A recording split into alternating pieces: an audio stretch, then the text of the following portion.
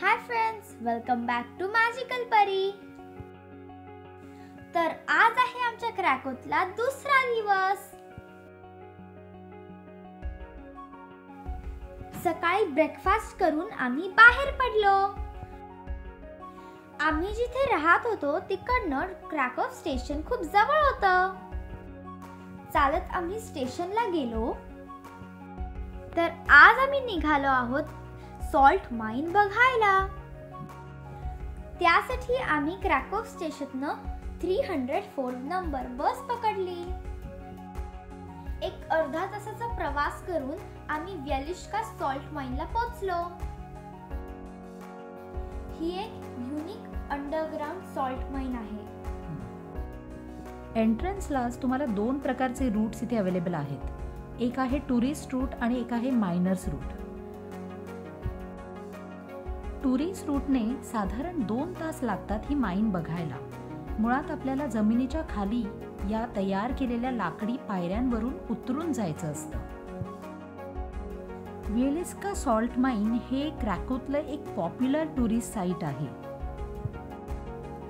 साधारण 327 metre underground अशी ही salt माईन बांधलेली आहे आणि खाली खाली जात टोटल 9 लेवल्स इथे आहेत. ही सॉल्ट माईन अतिशय जुनी म्हणजे साधारण 13व्या शतकापासूनची आहे आणि ही एक युनेस्को हेरिटेज साईट म्हणून आता ओळखली जाते. आतमध्ये बऱ्याच अंडरग्राउंड गॅलरीज आणि कॉरिडोर्स आहेत आणि साधारण 245 किलोमीटर लांबीचा असा हा मोठा रस्ता आहे. अर्थात फक्त 2% भागच सध्या पब्लिकसाठी इथे ओपन आहे.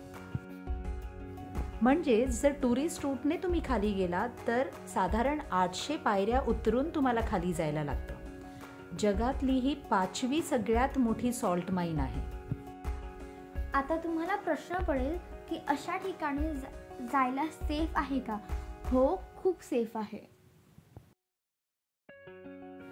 एक लेवल खाली उतरून जात असताना तुम्हाला सॉल्ट माईन एक्झॅक्टली काय आहे, तिथे मीठ कसं एक्स्ट्रॅक्ट केलं जातं ही सगळी प्रोसेस बघायला मिळते.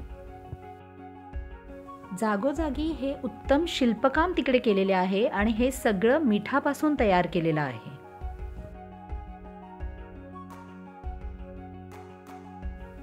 प्रत्येक लेवलवर वेगवेगळे म्युझियम्स इथे तयार करण्यात आलेले आहेत. खाली हा एक प्रशस्त असा मोठा हॉल आहे जिथे इवन लग्नही होतात. ही सगळी अट्रॅक्शन्स टुरिस्ट रूटला बघायला मिळतात. पण जर तुम्ही जास्त ॲडव्हेंचरस असाल तर तुम्ही मायनर्स रूट सिलेक्ट करू शकता, जो थोडा जास्त चॅलेंजिंग आहे. या पूर्ण रूटला तुमच्याबरोबर एक गाईड असतो. तुम्ही तुमच्या हव्या त्या भाषेतला एक गाईड सिलेक्ट करू शकता. इंग्लिश गाईडही इथे अवेलेबल आहे. तो आपल्याला जागोजागी या जागेची हिस्ट्री आणि त्याच्या मागच्या अनेक गोष्टी छान सांगत असतो. इथले प्रत्येक आर्किटेक्चर थांबून न्याहाळावे इतके थक्क करणारे आहे.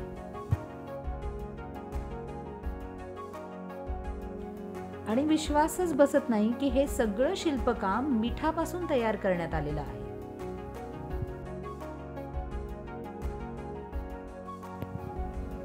जागोजागी इथे व्यवस्थित दिवे आहेत, त्यामुळे कोणालाही इथे चालताना काहीही त्रास होत नाही. शिवाय व्हेंटिलेशनचीही अतिशय उत्तम इथे योजना केलेली आहे, त्यामुळे सफोकेशनही होत नाही. या सॉल्ट माईनचे टेम्परेचर पूर्ण वर्षभर साधारण 14 ते 17 डिग्रीज एवढे राहते. त्यामुळे कुठल्याही सीझनला तुम्ही सॉल्ट माईनला व्हिजिट करू शकता. हे आहे इथले तलाव. अतिशय सुंदर निळ्या रंगाचे अनेक तलाव आम्हाला खाली दिसले.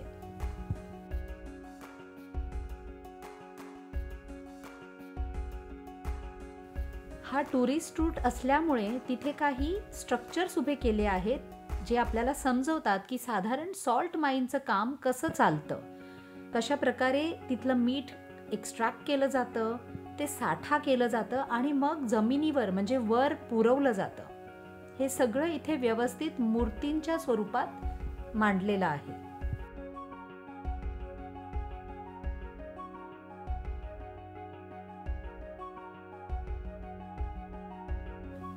हे आहेत इथले रेल्वे ट्रॅक्स. मीठ गोळा करून झाले की तिथल्या स्पेशल रेल्वेज मध्ये ते ठेवून वर नेलं जायचं.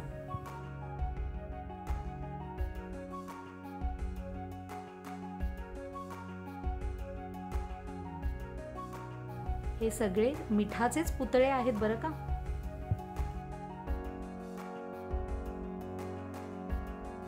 आणि ही खालची फरशी देखील मिठाचीच आहे. लिओनार्दो दा विंचीचे अनेकशी चित्र इथे शिल्पकामाच्या रूपात आपल्याला दिसतात. हे आहे द लास्ट सपरचं शिल्पकाम.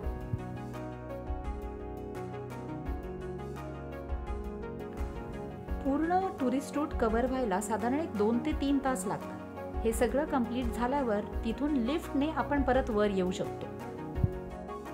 हा आहे सॉल्ट माईनच्या बाजूलाच असलेला graduation tower. The brine graduation tower हे एक प्रॉमिनंट हेल्थ आणि रिक्रिएशनल फॅसिलिटी सेंटर आहे सॉल्ट माईनच्याच बाजूला. जरी तुम्ही हेल्दी असाल तरी सुद्धा इथे जायला नक्कीच वर्थ आहे. हे टॉवर 2014ला बांधण्यात आलेले आहे. या ग्रॅज्युएशन टॉवरला थॉर्न हाऊस असंही म्हटलं जातं कारण एका विशिष्ट प्रकारच्या काड्यांनी याच्या भिंती बांधलेल्या आहेत. इथे सलाईन वॉटरचं अखंड बाष्पीभवन होत राहतं आणि त्याच्यामुळे इथे बसून अतिशय सुंदर शुद्ध हवा आपल्याला मिळते, ज्याच्याने इम्युनिटी वाढते असं मानलं जातं. अशा या अद्भुत जागेनंतर आम्ही निघालो आता क्राकोच्या ओल्ड टाउन कडे यायला. तर हे आहे क्राकोचं ओल्ड टाउन. अतिशय सुंदर असं हे एक ओल्ड टाउन आहे. हे ओल्ड टाउन खूप मोठं आहे. इथे छान घोडागड ही आहे आणि आपण त्याच्या राईडही करू शकतो.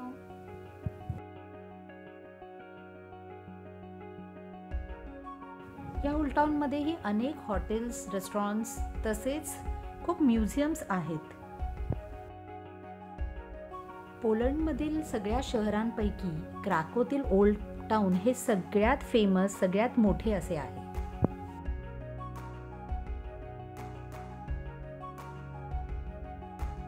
संध्याकाळच्या वेळेला इथे फिरायची मजा तर अजून फारच वेगळी आहे. इथे मधोमध एक छोटासा शॉपिंग मॉल केलेला आहे. इथे छान फिरून झाल्यावर मस्तपैकी एक मोठा राऊंड मारल्यावर आम्ही इथल्याच एका छानशा इटरीमध्ये डिनर करायला गेलो. जर तुम्ही फूडी असाल तर इथले ऑथेंटिक पोलिश फूड नक्की ट्राय करा. तर असा गेला आमच्या क्राकोतला दुसरा दिवस.